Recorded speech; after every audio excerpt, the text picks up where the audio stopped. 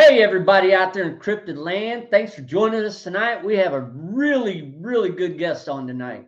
We're going to call her Mrs. M because she's a mystery lady. And she's got some really creepy alien encounters and a couple paranormal ones, but she's not 100% sure they're paranormal or if they're alien. But we're going to find out together. So join me and my buddy Dirty tonight on the Cryptid Quest Podcast. All right. Hey, everybody out there in Cryptid Land. We have a very special guest with us tonight, Mrs. M. A little bit of mystery there. Mrs. M for the mystery lady. And she is going to be telling us about some alien encounters and a little bit of other strange stuff in there too. So right now, we're going to hand it over to her. Welcome to the show, Mrs. M. How you doing? I'm doing great, Patrick. Thank you for that. My experiences started when I was very young, and a lot of it, I don't know if it had to do with, my dad was in the military, and so we were always around military bases, things like that. But I can remember my very first encounter with something alien was when I was about 5 years old. We were living in San Bernardino, California, and the Hueys were going back and forth over our house all the time, going to March Air Force Base. Anyway, it was a beautiful summer day, and then all of a sudden, clouds rolled in, and it started raining. It was terrible, rain and thunder, and the skies got really dark.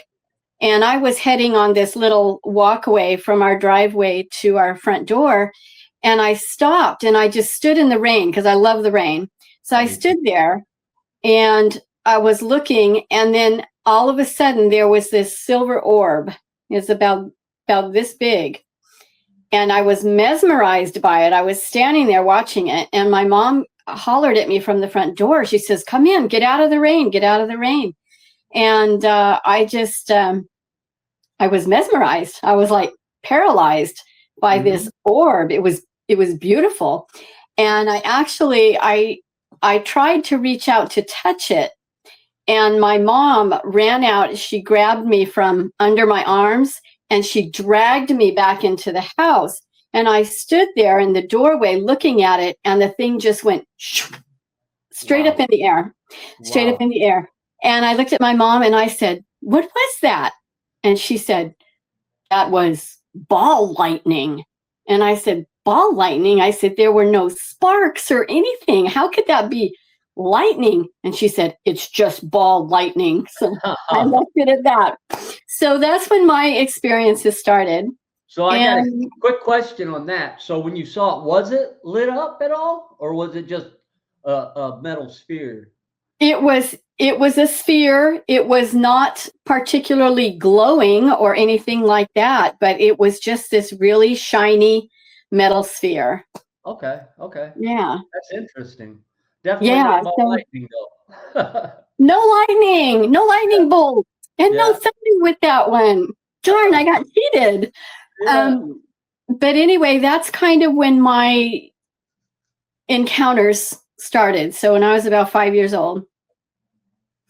And the experience that has been most prominent in my life, I guess I want to say, the one I want to share with you tonight, that one, there were many before this one, and there have been several after that were very interesting. But this one was particularly interesting. And at the time that it happened, I wasn't really aware of alien abductions or anything like that. I mean, I knew that UFOs were out there, and I was very interested in them. I remember the first night that Star Trek aired at that very same house. Yeah. My brother had one little room at the front of the house, and he was the only one that had a TV. It was a little tiny TV. And I snuck into his room to watch that episode with him. Oh, and I have to tell you, I was more afraid of him than I was on any aliens on the show. just grabbed me and he goes, "You better not get scared." He says, "If you get scared, Mom's not going to let us ever watch this again." And I was like, "Okay, I won't do anything." But yeah, so always interested in it. But this night I was 24 years old, and it was a warm summer evening. It was probably it was between July and August in 1984.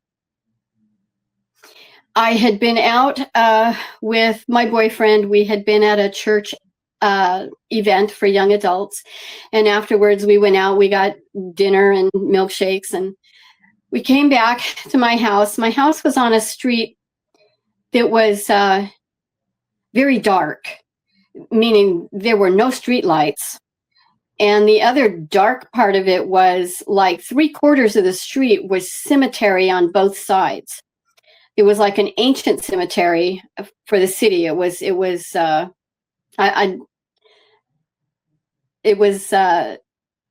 Pomona Cemetery, I guess I want to say. And then on the other side was Pomona Catholic Cemetery. Okay. So there were cemeteries on either side. And then on the last tail end of the street, there were like 4 houses on each side. Now on the north side of the street, they were set way back. The houses were like probably 100 feet back or so. Oh wow! And even if they had porch lights, it didn't reach to the street. So in my house, there were 4 houses on the south side, which was one that I was on, and our houses were more current. So our houses were maybe 20 feet from the curb, and we had nice concrete aprons and curbs actually on the other side of the street. It was like dirt and gravel. But anyway, this was a beautiful night. The one thing I remember most about it was the sky, because it was so black and clear. There were no clouds, tons of stars. You probably could have counted the stars one by one. It was so clear. And anyway, so my boyfriend had this big Malibu, and he had it backed into my driveway, and he was leaning against the hood, and he was leaning on the hood, and he was kind of aimed at me, and I was kind of standing on the curb, and we were chatting back and forth. And I looked at my watch, and it was like 9:45 in the evening. And I told him, I said, it's getting late, and I got to be to work, early tomorrow, and I know you do too. And I said, I think it's probably time for me to go in. And he goes, okay, yeah. He goes, that's no problem. And we got off on another subject. And then a few minutes later, I was like, I just, all of a sudden, I had this consuming feeling of dread. I'm getting goosebumps right now, just talking about it. And I just stopped, and he was just chatting away, and all of a sudden he looked at me and he goes, "Are you okay?" And I said, "No, I think something's wrong." And I turned around behind me, and I was looking along the streets and things, and there was really nothing that I could see. So I turned around and I go, "Can you feel anything? Do you feel like anything's wrong?" And he's like, "No." And I turned around again, and this time I looked up in the sky, and I looked up for a couple of seconds. And at first I didn't really realize what was going on. But then I realized there was this huge rectangle of just blackness. Oh man. There were no stars. No stars in that. And it took me a while. It took me several seconds to process it. And then I get in the, mode. And it's like, oh my gosh. And I looked at it, and I turned around to him, and I told him, I says, "Look." And he goes, "What?" And I said, "Do you see that there's no stars in that big shape up there, that big rectangle?" And he goes, "Yeah." And I said, "Oh my God, it's a ship." And it came over us very, very low. It was just over the rooftops. Oh, wow. And it was huge. I mean, it was huge, and it was black. It wasn't shiny. It Yeah. wasn't shiny, but it was black. And it wound up being kind of crossways in the street.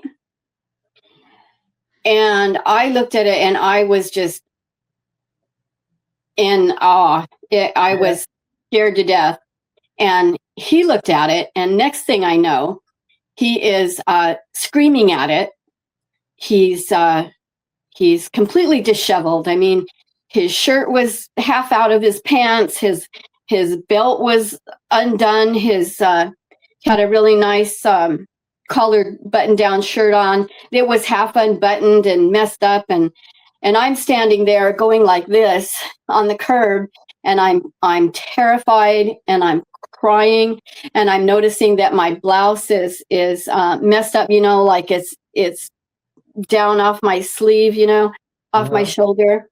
And I am just frozen and petrified and crying. And he is running at this thing. He's shaking his fists at it. Oh my gosh, he was so angry. And he says, "I'm going to get you for this. You wait and see. I'm going to get you for this." And the ship very slowly kind of turned and straightened out and started to go further down the street. And I was screaming at it, and I'm going, "Dude, this is not a good thing to do. Like, don't do this. Don't do this." And he came back, and he was a mess too. He was a mess too. And he put his arm around me, around my shoulder, and he says, "Are you okay?" And I said, "Yeah, I think I just need to go. I just need to go inside. I want to get inside." And he goes, "Okay." He goes, "Yeah, I know, me too." And I told him, I looked at my watch, and it was like almost 1:00 in the morning. That fast. Wow. I don't remember anything in between that. Did he recall anything? Yeah, I think so. Yeah, I was going to say, it kind of sounds like it. He pissed But off. he would not.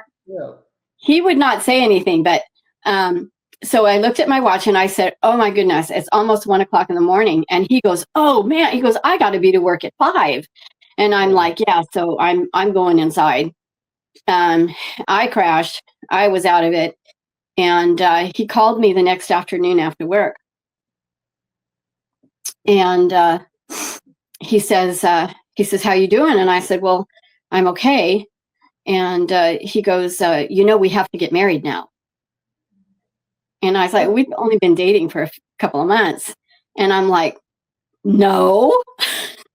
And he goes, "Yeah." He goes, "We have to." He says, "We have to get married."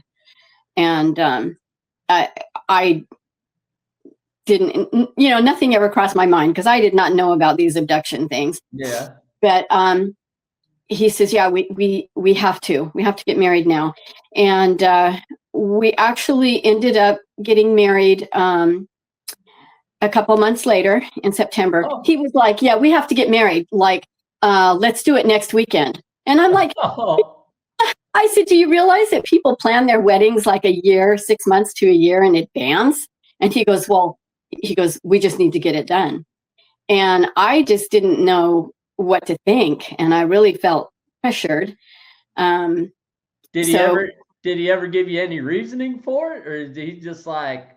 No, he was just very adamant. Okay. We have to. So we did. I have my email here.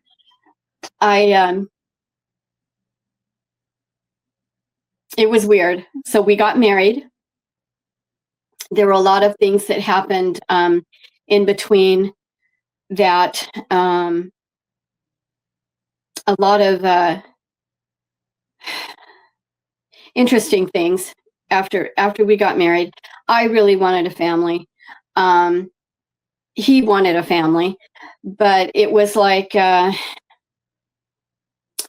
far as medical issues, I was off the charts with monthlies, and I would like get a pregnancy test and it would be positive, and I'd, just be overjoyed. And then, a few weeks in, it was just done. It was gone. It was a mess. It was a lot of hemorrhaging.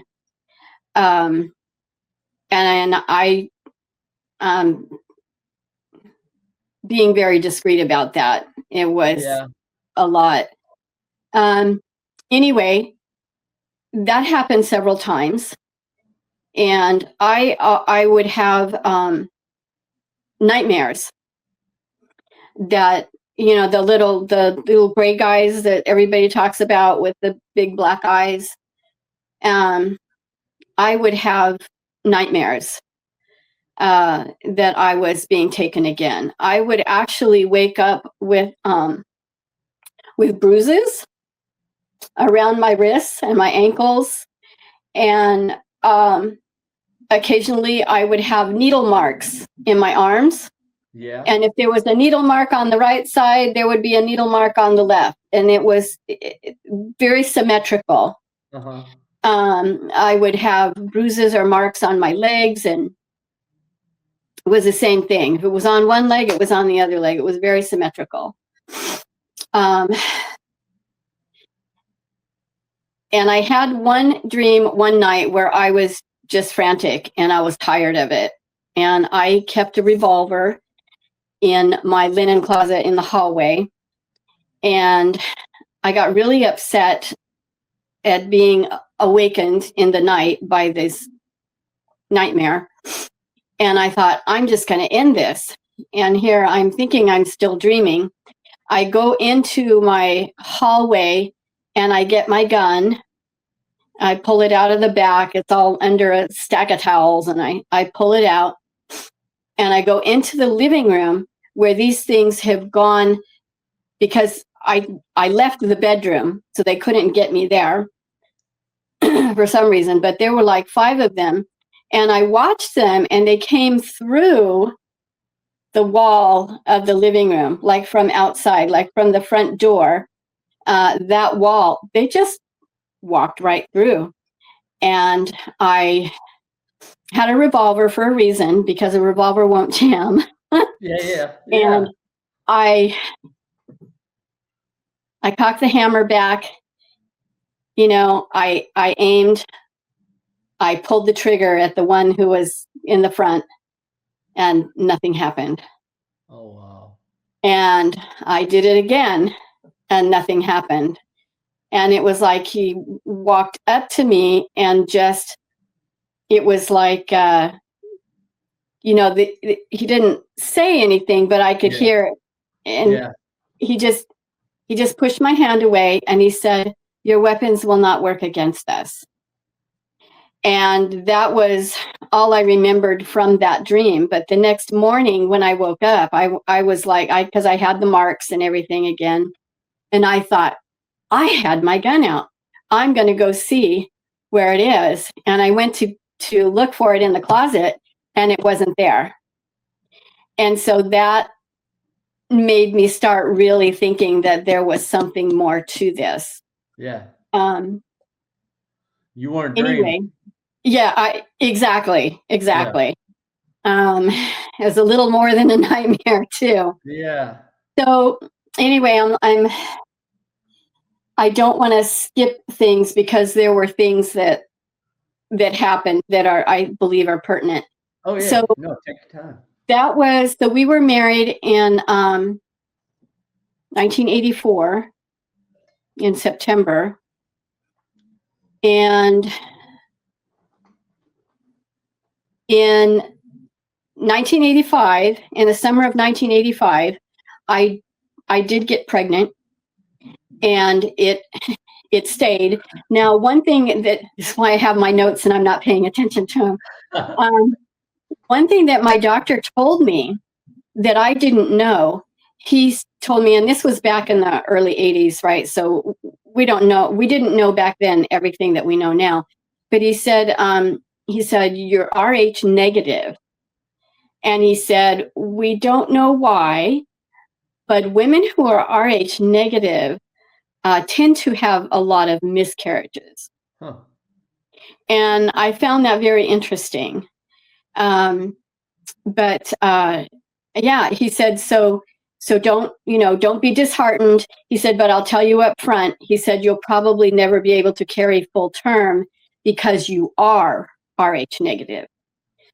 So anyway, I was fortunate. I had a very healthy baby, but he was very alert.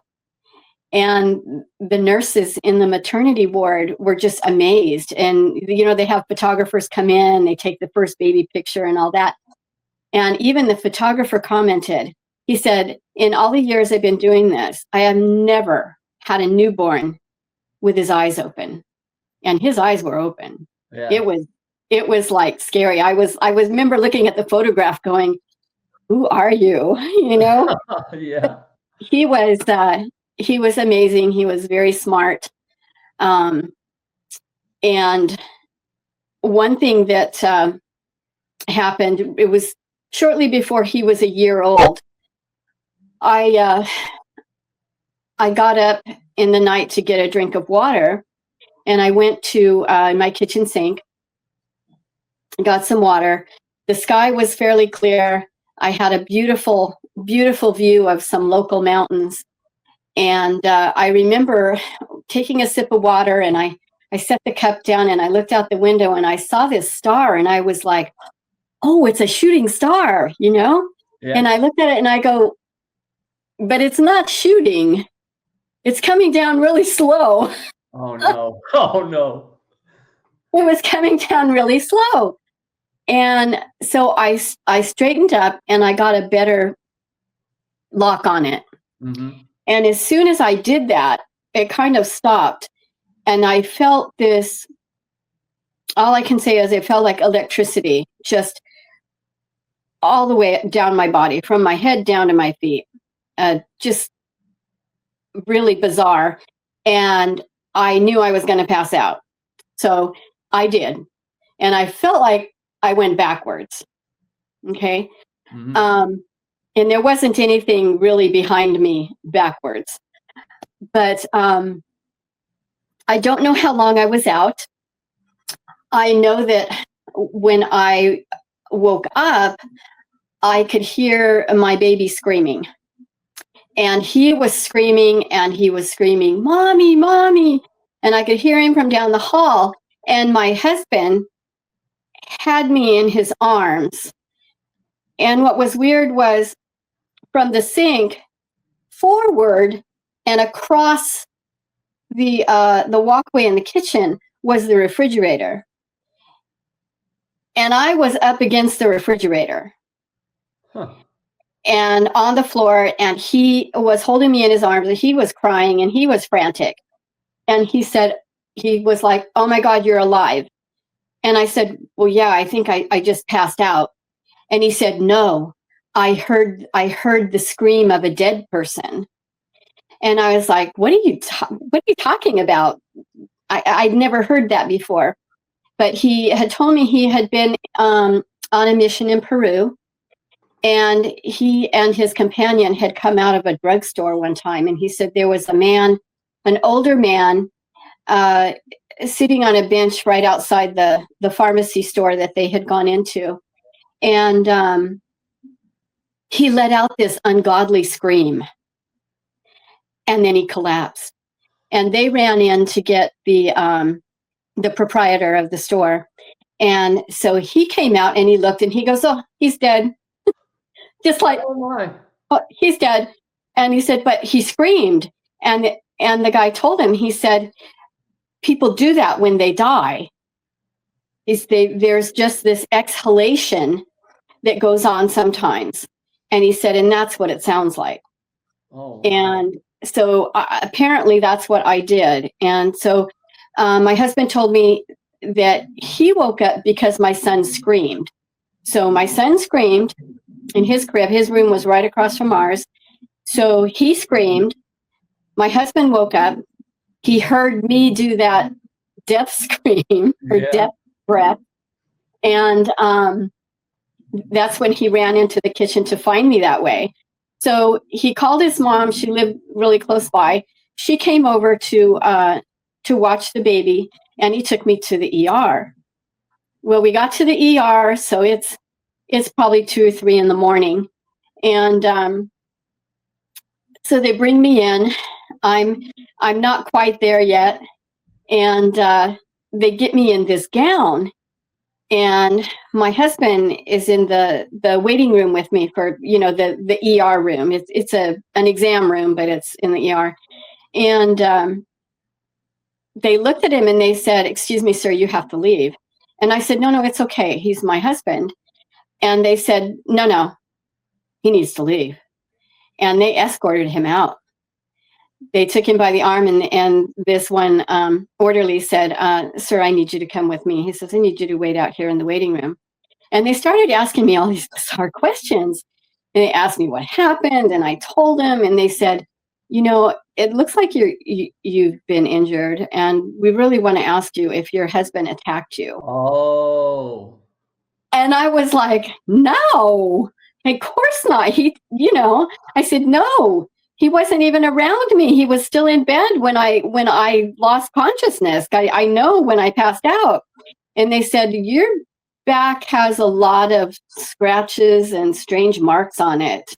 And they said, "We really need to be sure that you weren't, being abused." And I said, "No, absolutely not." And they allowed him to come back in. And so when he took me home, I asked him, I said, "Hey," I said, "I need you to look at my back and tell me what you see." And so I pulled my shirt up, and he looked at my back, and he goes, "Wow." He goes, "What did you fall on?" And I said, "Well, there's nothing to fall on in the kitchen. I mean, just the floor. I'm not like I'm going to get scratched up." And he said, "Yeah," he said, "your back is really scratched up." So anyway, that happened. And it was probably a few months, probably 2 or 3 months later, that I found out I was pregnant again. Oh. I was pregnant again. And that pregnant was very difficult. But what was very interesting is that after those couple of months, my son, who was just maybe a year and a half old at that time, I would wake up in the middle of the night, and he would be in his crib playing and talking and having conversations with someone. Oh. Or something. Yeah, that's never I good. don't know. And I would sit up in bed, and I would listen, and he was having a great time. I mean, he was laughing and giggling, and I would get up and I would stand in the doorway, and then he would say, "Oh," and he would reach out and he would say, "Oh no, please don't go. Don't go. I want to keep playing." And I would come in and I would say, "Honey, who are you talking to?" And he would either say, and this happened very, very regularly, he would either say, "My friend," or "My brother." Huh. And yeah, it was very interesting. And there would be a couple of times it got really weird. I had one of those little musical mobiles around the crib, on top of the crib, it hangs over and spins around. And those they play Brahms' Lullaby, and they go really slow, right? Yeah. And one night he was just having way too good of a time, and I could hear things going on in the room. So I got up and I took a more of a strategic stance in the hallway to where I could look in. There were toys in his crib. His crib was full of all of the stuffed animals, all of the toys that had been in the toy box that was across the room, okay, and closed when he went to bed.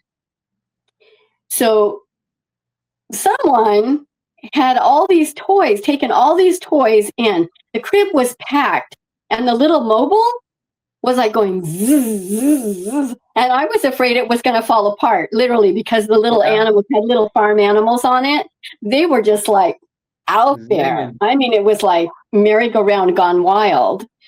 And I was like, oh my gosh. I went in there and I said, okay, playtime's over. Whoever you are, you have to leave now. And my son was like, no, we're having fun. And I said, no, it is bedtime. And I said, you have way too many toys in here, and I don't want to see this again. Yeah. So I got a real quick question. Yeah. So do you think that this was paranormal, what was going on in the bedroom? And the reason I asked this is because I've had other people on the show that have I've had one other abductee, and I've had other people that have had experiences, and they seem to think that aliens can just enter a room and be invisible to us and be standing in the corner and we can't see them. So, or do you think it was more paranormal based? Like, okay, I'm going to tell you this, because here's another thing that would happen. The house itself tended to be slightly haunted. Okay. There were some very bizarre incidences with that. However, when I would clean, I had kind of an obsession with cleaning. And so I would go around every couple of weeks and I would clean the baseboards and I would clean around the edges of the ceiling. And one day when I was in there, my son was telling me, I was up in the northeast corner of the room, and I was just about to get to the corner, and he says, Mommy, stop. And I looked at him, and he's standing in his crib, and he's pointing there, and he says, Mommy, don't clean there. Don't clean there. And I said, well, why not? I said, I don't want the spider webs to get up there. And he says, Mommy, don't clean there. He said, that's where the angels come to talk to me at night. Oh. So you just gave me goosebumps. I know. I'm trying to deal with mine right now. Yeah. Like, can I go grab a blanket or what? Yeah, you can. It was I was just shocked. And I said, okay. And anytime I would go in there with my dusting stuff, he would look at me and he would look at the corner, make eye contact, and I would tell him, it's okay, I won't clean there, I promise. So that's why I have notes here, because these things they have to be intertwined somehow. So far, it really sounds like it. I mean, it really does. And I never put it together until an incident happened when that boy was 5 years old. But in between then, okay, so when I had my second baby, and I was, I think my husband may have been squeamish, but I insisted that he go in. I did have all of my kids were cesarean. My first boy was breech, and I had a friend who was paramedic, and I questioned him about having a VBAC, which is a regular birth after a cesarean. And he said, you can do that, but he said, once you have a cesarean, he said, that wall is pretty weak. And he said, I've actually picked up, in the ambulance, he goes, I've actually picked up women who have had a cesarean. They tried to do a regular birth, and the kid kicks and pops right through the stomach. Oh. Breaks through. I'm sorry. No, you're good. Anyway, so I decided to go cesarean. I was like, I don't blame you. Say no more. Yeah.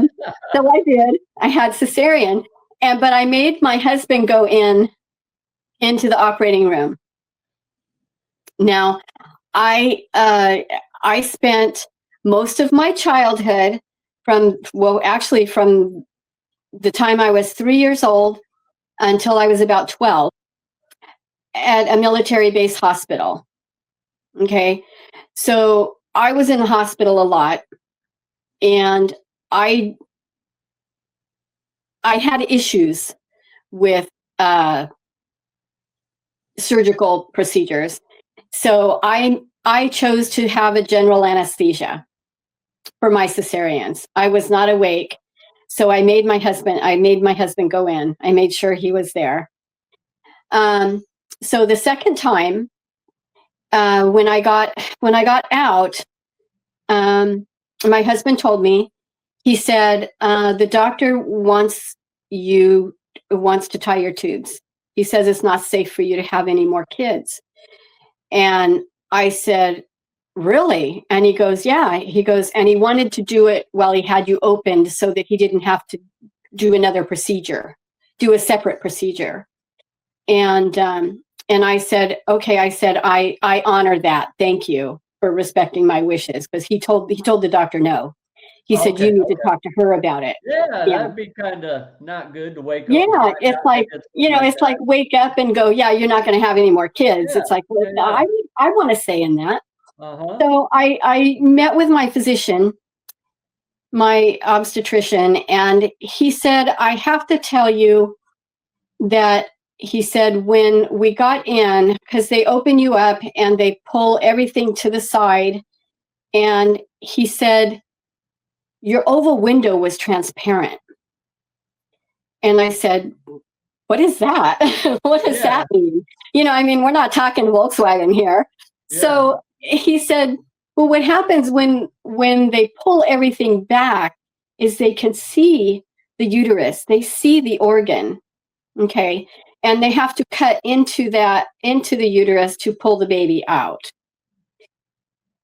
But he said, when we opened you up, he said, the wall of the uterus was so thin, it was completely transparent. He said, we could see the baby and everything. And he goes, I'll tell you what your highest possibilities are if you get pregnant again. He said, if you get pregnant again, depending on the size of the baby and the term of where it is in its growth stage, he says, if that baby kicks really hard or something, he goes, that will rupture the uterus. He said, number one, you will bleed to death in a matter of minutes. Number two, the baby will die unless you can get to a hospital in time. And he said, then, he said, sometimes they can save the baby, sometimes. But he said, then you're looking at leaving your husband without a wife, with a child to raise, or without a wife and with a child and a newborn to raise. And he said, so you need to think about that. And he said, I asked him, I said, well, what causes that? What causes it to become transparent? And he said, honestly, and this man was getting ready to retire. I mean, he had been delivering babies and doing cesareans for probably 30 years. And he said, we only see this in women who have had 7 or 8 kids. And I was like, well, this is only my second. And he goes, exactly. And he goes, so I don't know if it's just your size, because I was very petite. I was, I'm 4'10". I weighed 83 pounds since I got out of high school and until I turned 42 and grew out of my jeans overnight. Yeah. Yeah. He said, he says, we don't see this condition in women unless they've had like 7 or 8, pregnancies or miscarriages. So like those miscarriages from earlier, do you think well, now I did learn something at the end I found out a correlation to that probably, I'm going to say in 2012, 2013, I came across an interview with a lady named Carrie Cassidy of the Camelot Project. And she explained about all of these miscarriages and events. And it was probably about that time that all of these things came into play, and I could put them together and think, oh my goodness, this is what happened. So after my doctor told me that, I really struggled with it. Because I wanted one more. And I was just like, just let me know. So now here's a paranormal thing that I don't think was ET related. Okay. But I put my kids down for a nap one day, and they were still fairly young. My first one wasn't in school yet, and I think they were probably 2 and 4. But they loved to wear T-shirts, and I always got them the I don't know if I can say that, Turner's Outdoorsman shirts with the big fish on them. Oh, okay, yeah. Yeah, and so that's what they slept in. And so I put them down for a nap. They got in their T-shirts. They went in. And so I'm at the dining room table, and I'm reading. And out of the corner of my eye, I see this little blonde guy in a long white shirt. And I didn't even look up. I just kept reading, and I said, honey, your nap time's not over yet. What are you doing? And he didn't say anything. And I said, well, I think you need to go on and go back in bed. And didn't say anything. And I turned around and looked, and I just saw the back of this little guy in his long white shirt.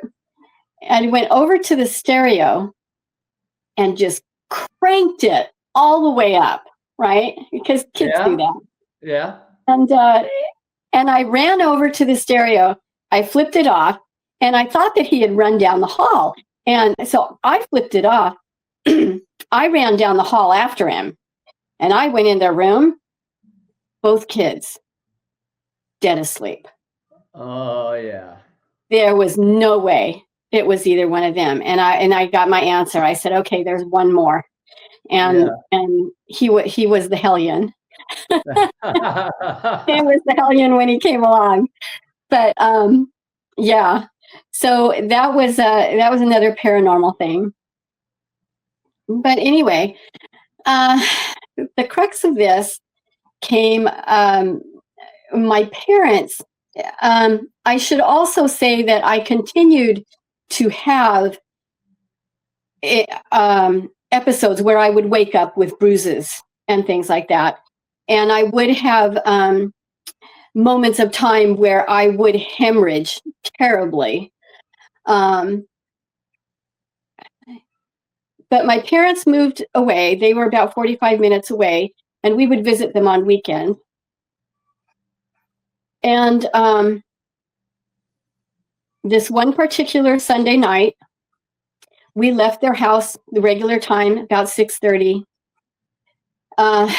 We were all tired, and by this time, I had become so aware of time frames. If something happened, I was always looking at the clock. Anytime I got in my car, I looked at the clock. When I stopped, I looked at the clock. When I got home, I looked at the clock. I would look at my surroundings, because sometimes when these events happen, when you become aware again, you're in a totally different place. Huh. Yeah. So I would look around. So we get in the car, we hop on the freeway. You know, we got about 45 minutes to get home. And I look around. My husband's driving. I look around. The kids are tuckered out. They're falling asleep. I look around. I'm like, okay, boy, traffic's heavy tonight. And I remember this.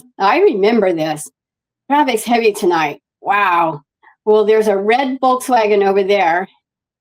and there's a yellow pickup over here in the slow lane, and we're just kind of in the middle here. So I'm going to keep an eye on these cars. Well, I dozed off. And when I woke up, it was in summertime, so it was still light outside. But I dozed off as my husband was driving. And when I woke up, I thought I'd been asleep for a few minutes. It was pitch black outside. There was absolutely no traffic. The kids were still sleeping. My husband was struggling to stay awake. And I was going, wow, it got dark really fast. And I moved my hand over to, I touched his arm and I said, are you okay? And when I did that, I noticed I had a bruise again. Oh, no. So I looked at my other arm. I had another bruise. When I got home, it was after 10 o'clock at night. And my husband was going, man, I am so tired. And he had to get up at like 5 o'clock in the morning to get to work. And I'm going like, okay, there's not going to be any bath time tonight. I said, don't worry about it. I'll give them their baths in the morning before we go to school. And he goes, okay, good. So we just carried them in because they were dead to the world. And he went to bed. And I was very careful. And I remember I was afraid, but I pulled up my pant legs and I took off my shoes and socks, and I had bruises around my ankles as well again. I kind of sort of had a memory of what happened, but I just wanted to forget it. And I didn't say anything. But my husband, the whole time, never, after that first night of that encounter, never wanted to talk about UFOs or aliens or anything. I didn't say anything. I was kind of keeping these things to myself. Mm-hmm. But in the morning, my son, who is learning to tie his shoes, and I had given him a bath and got him up on the sofa, and I gave him his shoes, and I said, it's almost time to go, honey. So I need you to get your shoes on. And he was just really happy and energetic. And he, I was watching him tie his shoe, and he's just tying his shoe, and he goes, so mommy, he goes, when are we going to go see your babies again? And I didn't know what to do or how to handle that. And I said, what do you mean?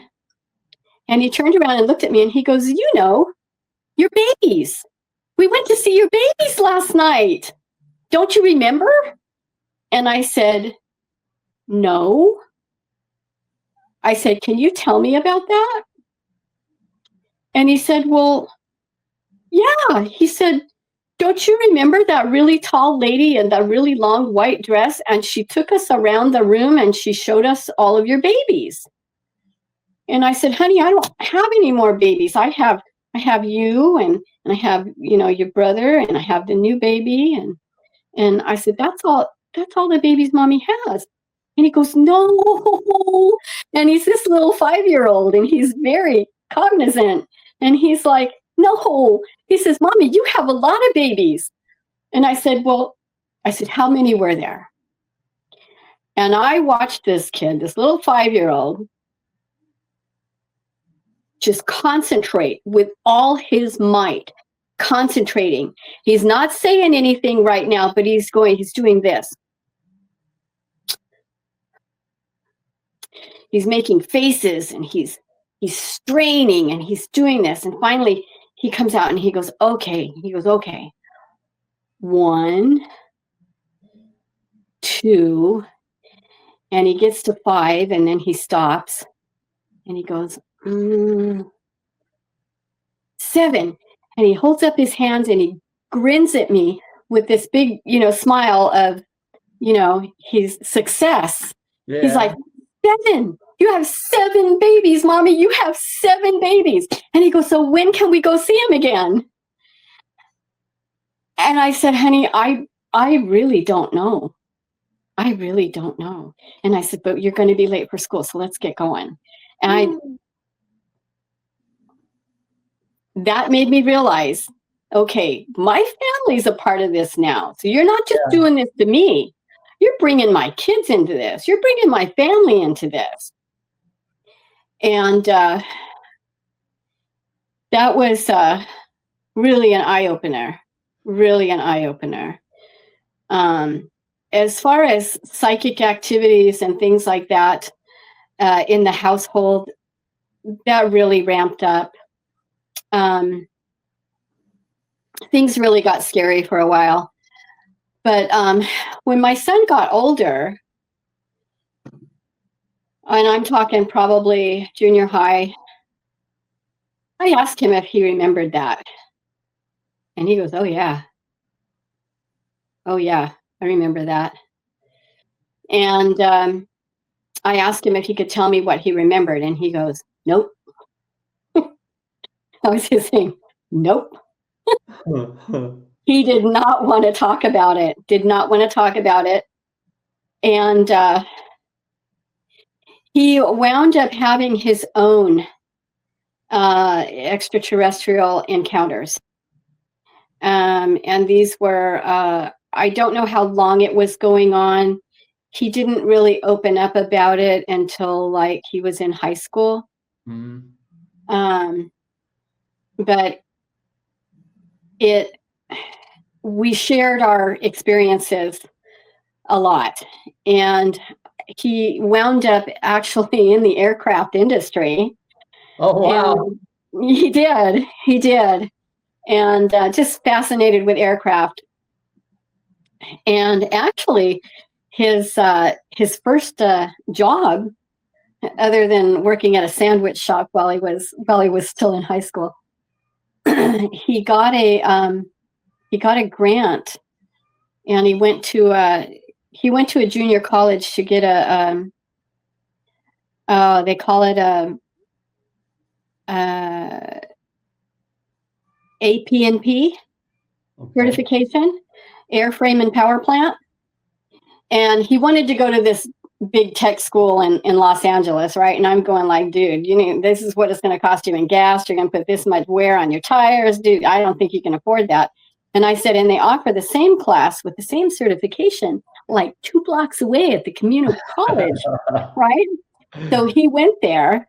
And as it turns out, towards the end of the semester, they had some people from the local power company come in, and they said, we need your best student.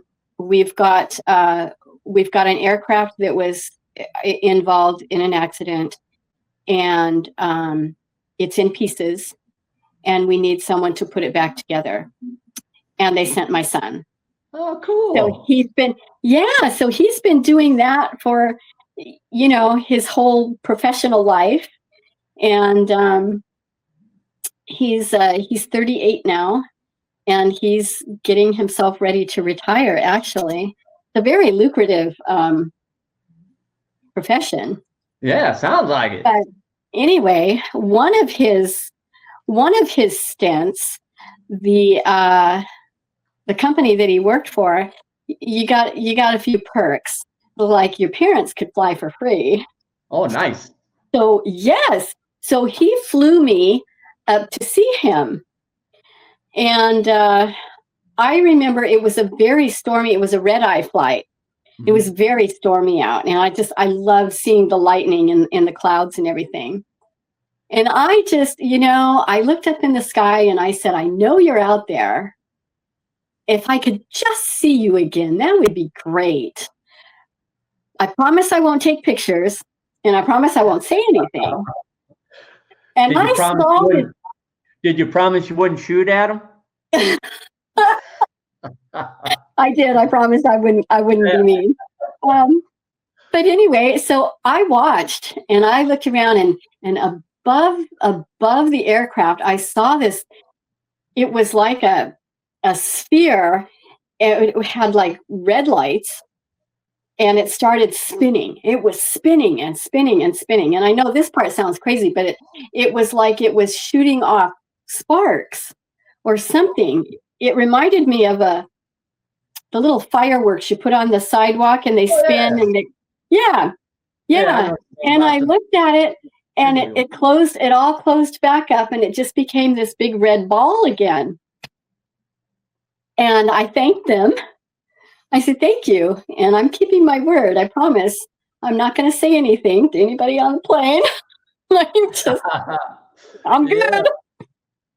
And so, but when my son picked me up, and I told him, I said, I know you hate to hear about these things, but I really need to know this. I said, I saw something and I requested the presents, but I said, I saw it and I just want to be sure, because I'm not sure if maybe it could have been a helicopter, right? And his specialty is helicopters. I mean, like right now he works for, I don't want to say that. Anyway, his specialty is helicopters. Gotcha. And he looked over at me and he goes, Mom, he goes, I'm betting that you were flying at least 35,000 feet. And I said, yeah, I think the pilot said something like that. And he goes, yeah. He says, that's what you fly at. He goes, helicopters typically don't go over like 10,000 feet. He goes, I can guarantee you it was not a helicopter. Yeah. I think I can guarantee you that, and I'm not a helicopter expert. So anyway, that's basically the, I'm trying to treat my computer like a phone here. I know I had something at the end I was going to say. I think that it was just, I think that's pretty much it for that particular incident. I have had several road trips where I ran into banks of fog and wound up in horrendous situations. But that could be for another time. But the one thing that, all of this stuff, I never really correlated it until my son, when he was getting ready for his kindergarten, turned around and asked me about my babies and could tell me how many there were and remembered what happened. I did ask him, because it was probably in 2021, around there. I heard of a very proficient hypnotist who specialized in regression therapy. Yeah. I called her and spoke with her, and I really wanted my son to go, but he didn't want to go. I really wanted to go, but she told me, she says, bringing that back. Oh, my son also told me, he goes, Mom, he goes, when I was in high school, he said, I asked Dad about that night several times, and he just looked at me and said, I'm not going to talk about it. So he remembers something. So anyway, this gal told me that bringing those memories forward, once you do that, there's no putting them back. Yeah. And she said, it's not going to be one session. She said, it's at the very minimum, it would be like 6 months to a year. Yeah. And I had questions. It was like, okay, so if I do this, is that going to make my how do I want to say this? My propensity for further abductions, is that going to increase? If you bring that forward and they realize that you know what's going on, are you going to get abducted again? And I know that I have a couple of times, but it's been totally different entities, I'm going to say, because, oh man, that first time was terrible. The other things that happened were not so mean. Yeah. I'll say. And also I had a friend. I was trying to find people who would hypnotize me. A lot of people wouldn't do it. some people who tried, even a professional, they could not hypnotize me.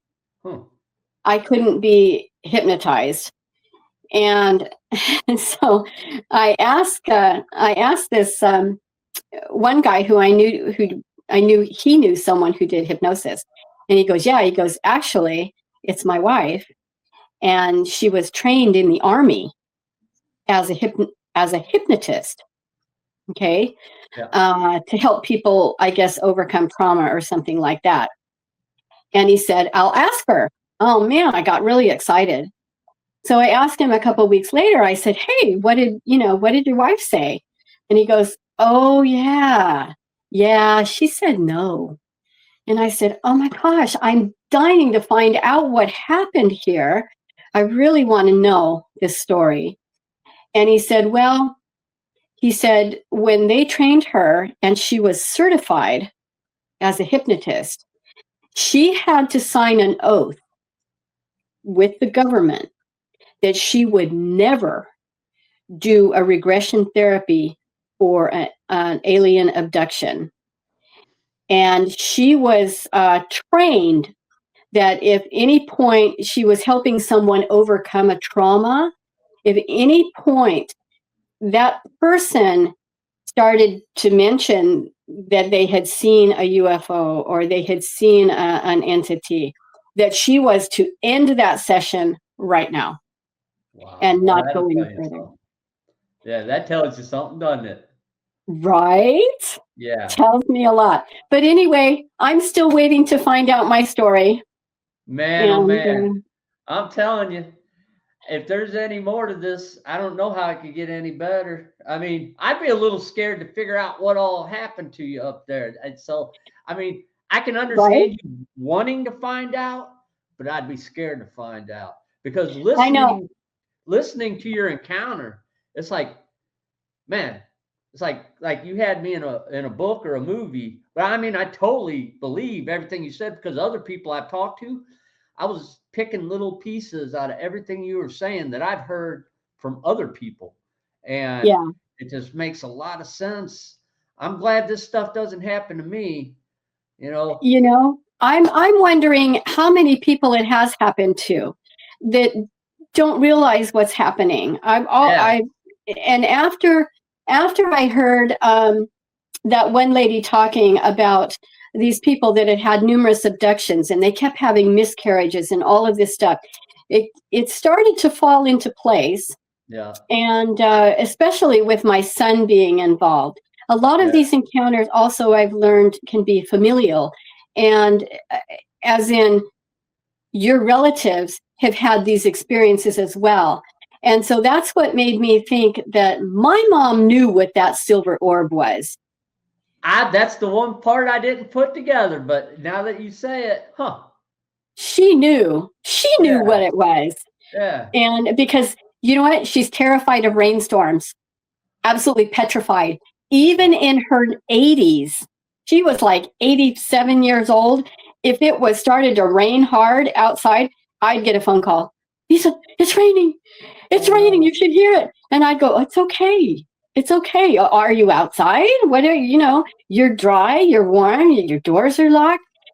She would totally freak out. I mean, all the time. Wow. So, so I think there's something connected there.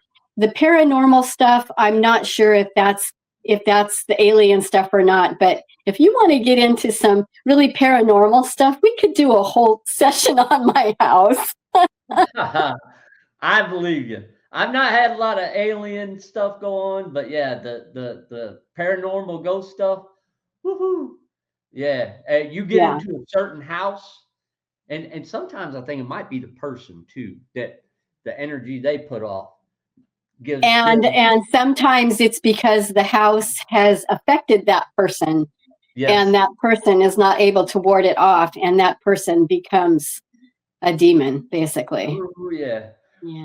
Yeah. You're starting a whole nother show. I am. So I'm going to stop right there. But and it's not finding out about the whole story is something I really want to do. But Yeah. like you said, I'm a little bit scared. And I don't think it's really that first encounter that would be the most scary. It's like, what were you doing all those other times? Yeah. Yeah. You know? Yeah. Well, Well, anyway, I thank you, Patrick, for having this platform and letting me share it without fear. yeah, no, there's no fear here. I mean, this stuff's going on. There's no doubt it's going on. Oh, Because yeah. when I hear you talk, when I hear anybody talk about this kind of stuff, you can see the fear and hear it in their voice. You can see it in their face. This stuff is real. Um, It is. so when I make my little jokes and I laugh here and there, I'm not making fun of you. I'm just trying to keep us both from crapping our pants and crying. So I know. And that's why I throw my jokes in too. It's Yeah. like, if I can't sit back and find something to laugh about or giggle at, I will lose it. I got you. I will lose it. Well, Miss M, Cryptid Quest, Shirley, thank you. I thank you for coming on tonight. That was great. That was great. And you know what? We'll have to definitely get you back on to talk about some more stuff because I can tell we ain't done yet. So, Absolutely. And if I ever do find out what went on, you'll be the first to know what it was. heck yeah. All right. Well, thank you, All right. Mrs. M. Hey, everybody you. out there. Thanks for joining us tonight and keep it creepy.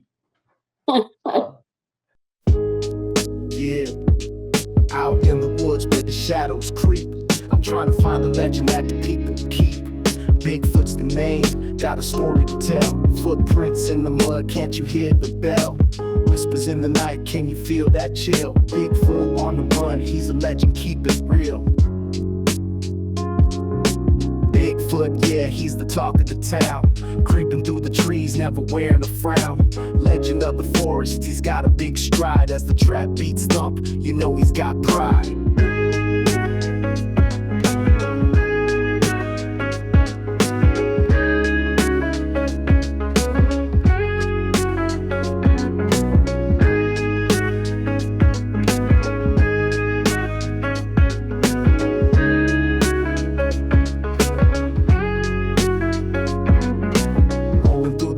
Like I'm on a quest, searching for the homie, you know he's the best. Got my camera ready, heightened senses on blast. Snap a shot of Sasquatch, legend unsurpassed.